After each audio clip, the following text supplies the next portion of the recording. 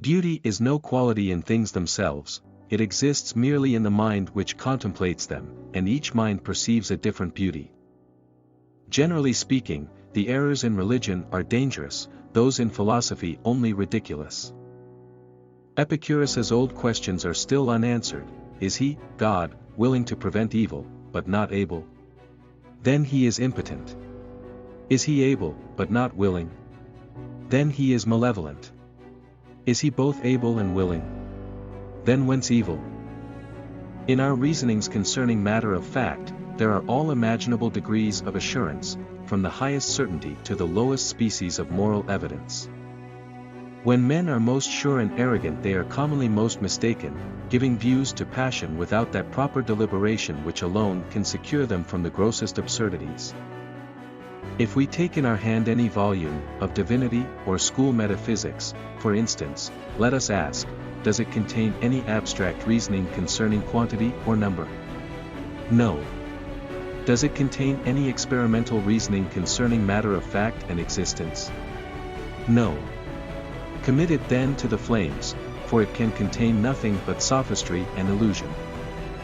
It is an absurdity to believe that the deity has human passions, and one of the lowest of human passions, a restless appetite for applause. Where am I, or what? From what causes do I derive my existence, and to what condition shall I return? I am confounded with all these questions, and begin to fancy myself in the most deplorable condition imaginable, environed with the deepest darkness, and utterly deprived of the use of every member and faculty.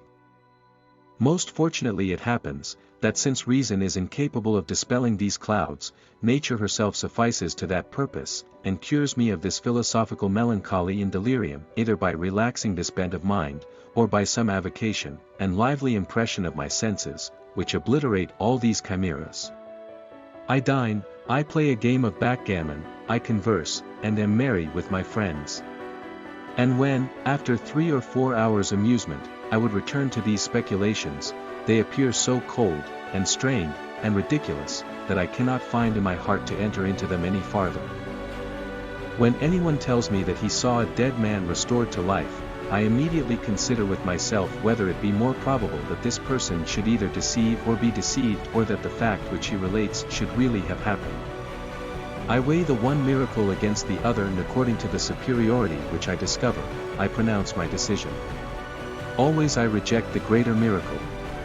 If the falsehood of his testimony would be more miraculous than the event which he relates, then and not till then, can he pretend to command my belief or opinion.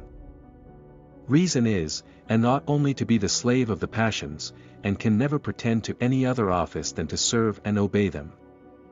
Does a man of sense run after every silly tale of hobgoblins or fairies, and canvass particularly the evidence? I never knew anyone that examined and deliberated about nonsense who did not believe it before the end of his inquiries. Your corn is ripe today, mine will be so tomorrow. 'Tis profitable for us both, that I should labor with you today, and that you should aid me tomorrow. I have no kindness for you, and know you have as little for me.